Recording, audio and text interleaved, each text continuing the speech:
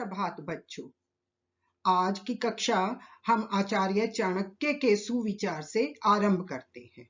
उनका सुविचार है, एक बार काम शुरू कर लें तो असफलता से डरना नहीं चाहिए और न ही काम को छोड़ना चाहिए, क्योंकि निष्ठा से काम करने वाले ही आखिर में सफलता पाते हैं। तो आइए बच्चों, आज हम संधि का भाग 3 आरंभ करते हैं। भाग 1 में आपने स्वर संधि और भाग 2 में आपने व्यंजन संधि के बारे में पढ़ा था। आज हम संधि का तीसरा और अंतिम भाग विसर्ग संधि पढ़ेंगे और ध्यान से समझेंगे। तो आइए पढ़ना आरंभ करते हैं।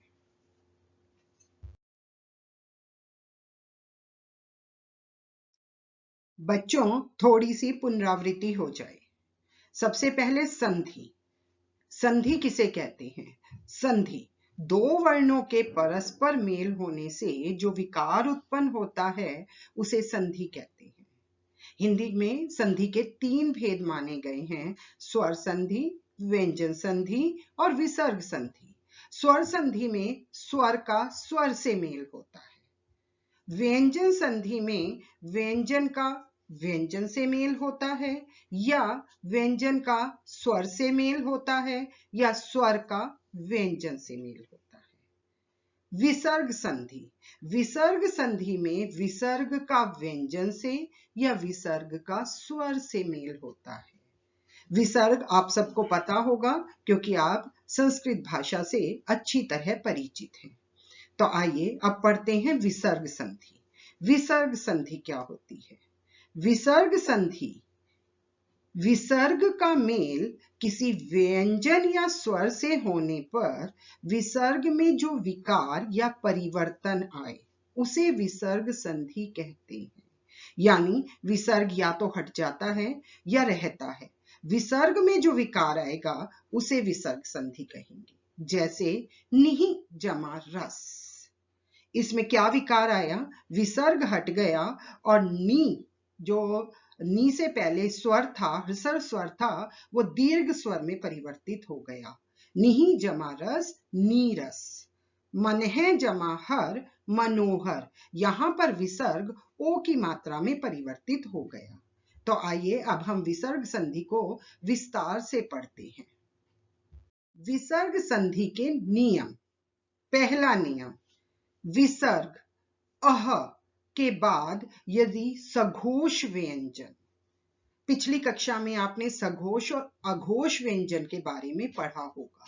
सघोष व्यंजन वे व्यंजन होते हैं जिनके उच्चारण में कंपन पैदा होती है। और ये व्यंजन कौन कौन से होते हैं? हर वर्ग का तीसरा, चौथा और पांचवा व्यंजन सघोष व्यंजन कहलाता है। इसके अलावा य, र, ल, व और ह एवं अस्वर हो विसर्ग के बाद, यदि ये सारी चीजें हों, ये सारे स्वर और व्यंजन हों, तो अह का ओ हो जाता है।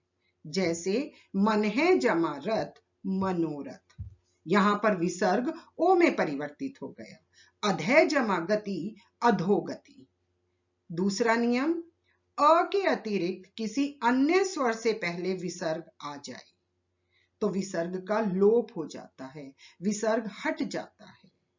विसर्ग से पहले अ ना आए, उसके अलावा कोई भी स्वर आ जाए तो केवल हमें विसर्ग हटाना है।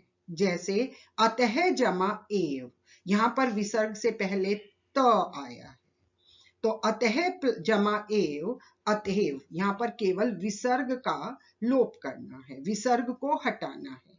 तीसरा नियम, क ख या प फ से पहले अह का विसर्ग रूप में ही बना रहता है। क ख तथा प फ से पहले अह का विसर्ग रूप में ही बना रहता है, उसमें विसर्ग नहीं हटाया जाता, वो उसी तरह आता है जैसे दिया गया हो। जैसे अधै जमा पतन, अधै पतन। प्रातः जमा काल, प्रातः काल।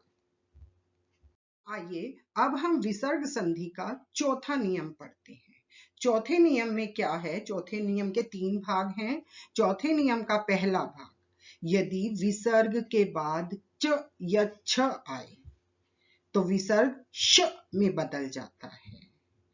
जैसे निहि जमा चल, यहां पर विसर्ग के बाद च आया है, चल का च आया है, तो पहला जो शब्द था उसका जो विसर्ग था वो श में बदल गया। निहि जमा चल निश्चल, निहि जमा च निश्चय। चौथे नियम का दूसरा भाग, यदि विसर्ग के बाद ट या ठ आए तो विसर्ग श में बदल जाता है। जैसे धनु जमा टंकार, यहां पर विसर्ग के बाद ट आया तो वो श में बदल गया, धनुष टंकार। निहि जमा ठुर, ठ आ गया विसर्ग के बाद तो ये भी श में बदल गया, निहि जमा ठुर निष्ठुर। चौथे नियम का तीसरा भाग देखिए, यदि विसर्ग के बाद त या द आ जाए तो विसर्ग स में बदल जाता है। जैसे नमः जमा ते, यहां पर विसर्ग के बाद त आया तो क्या बन गया? विसर्ग की जगह स।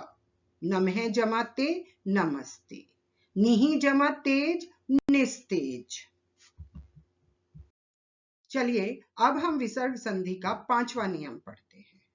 5वां नियम क्या है? यदि विसर्ग के बाद स श या श आए तो विसर्ग भी उसी व्यंजन में बदल जाता है। उसी व्यंजन में मतलब विसर्ग हटा दो और विसर्ग के बाद अगर स आया है तो विसर्ग की जगह स लगा दो, और अगर विसर्ग के बाद श आया है तो विसर्ग की जगह श लगा दीजिए। जैसे दुहु जमा साहस, यहां पर विसर्ग के बाद स आ गया तो विसर्ग को हटा दीजिए और विसर्ग के स्थान पर स लगा दीजिए। दुहु जमा साहस दुस्साहस। अन्य उदाहरण देखिए, निहि जमा संधे निस्संधे। आशा है ये वाला नियम आपको अच्छी तरह समझ आ गया होगा। आइए अब हम छठे नियम पर चलते हैं। छठा नियम क्या है? यदि विसर्ग से पहले अ या आ के अतिरिक्त अन्य कोई स्वर आए, स्वर आपने पढ़े हैं 11 स्वर होते हैं, उनमें से अ और आ को हटा दीजिए, उसके अलावा कोई भी अन्य स्वर आए और विसर्ग के बाद कोई भी स्वर हो, कोई भी 11 में से, अथवा घोष व्यंजन, घोष मतलब सघोष व्यंजन, हर वर्ग का तीसरा, चौथा और 5वां व्यंजन, अभी आपको पहले भी बताया गया है, जिनके उच्चारण में कंपन पैदा होती है वो सघोष व्यंजन कहलाते हैं। तथा य र ल वाय, क्या क्या आए विसर्ग के बाद? घोष व्यंजन य र ल व, कोई भी स्वर, तो विसर्ग र में बदल जाता है।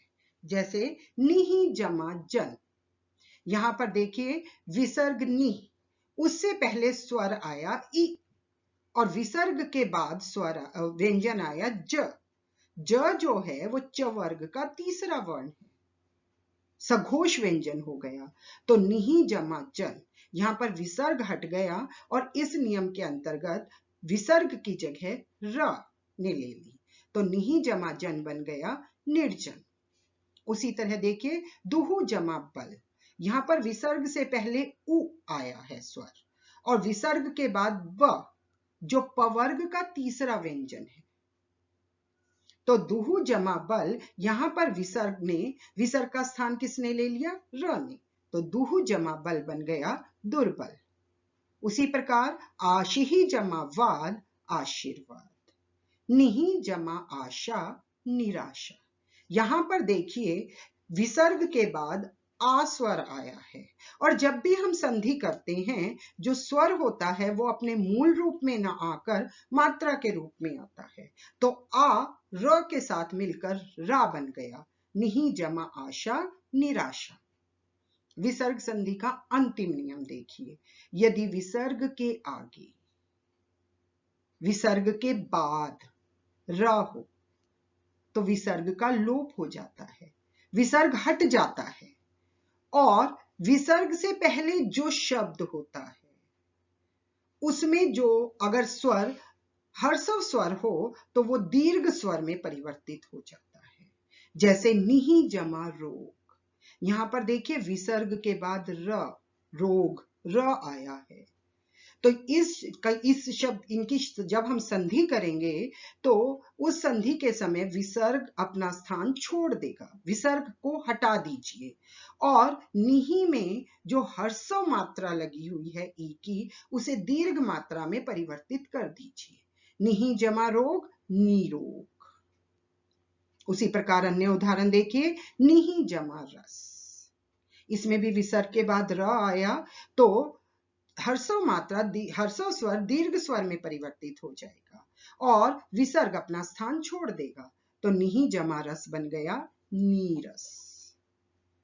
तो आज आपका संधि का अध्याय समाप्त होता है, लेकिन संधि में जो व्यंजन संधि और विसर्ग संधि है वो हमेशा नियमों में बंधी हुई नहीं होती। उनके कुछ शब्द अपवाद रूप में भी होते हैं जिनकी संधि नियमों के अनुसार नहीं की जाती। तो मैं आपको कहूंगी कि जब भी आप संधि अध्याय का अध्ययन करें तो उसकी प्रैक्टिस ज्यादा से ज्यादा करें और अपवादों का ध्यान रखें। Practice makes a man perfect.